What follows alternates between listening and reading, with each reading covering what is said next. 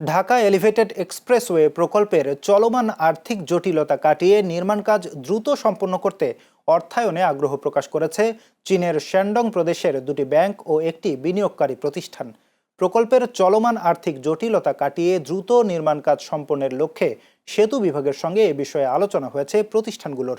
আজ বাংলাদেশ সেতু কর্তৃপক্ষের উপপরিচালক ও জনসংযোগ কর্মকর্তা মোহাম্মদ মাসুদ রানা শিকদারের পাঠানো এক সংবাদ বিজ্ঞপ্তিতে এ তথ্য জানানো হয়। বিজ্ঞপ্তিতে বলা হয়, মূল বিনিয়োগকারী প্রতিষ্ঠানের শেয়ার হস্তান্তর সংক্রান্ত আইনি জটিলতায় সিঙ্গাপুরে সালিসি কার্যক্রম চলায় 2 বছর ধরে ঋণ ছাড়ে জটিলতা তৈরি হয়েছিল।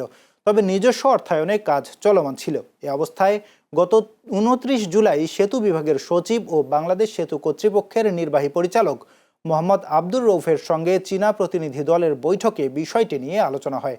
সেতু সচিব জানান, আংশিক চালুর পরই এক্সপ্রেসওয়েতে প্রত্যাশার চেয়ে বেশি গাড়ি চলছে এবং পুরো প্রকল্প শেষ হলে বিনিয়োগ দ্রুত উঠে আসবে।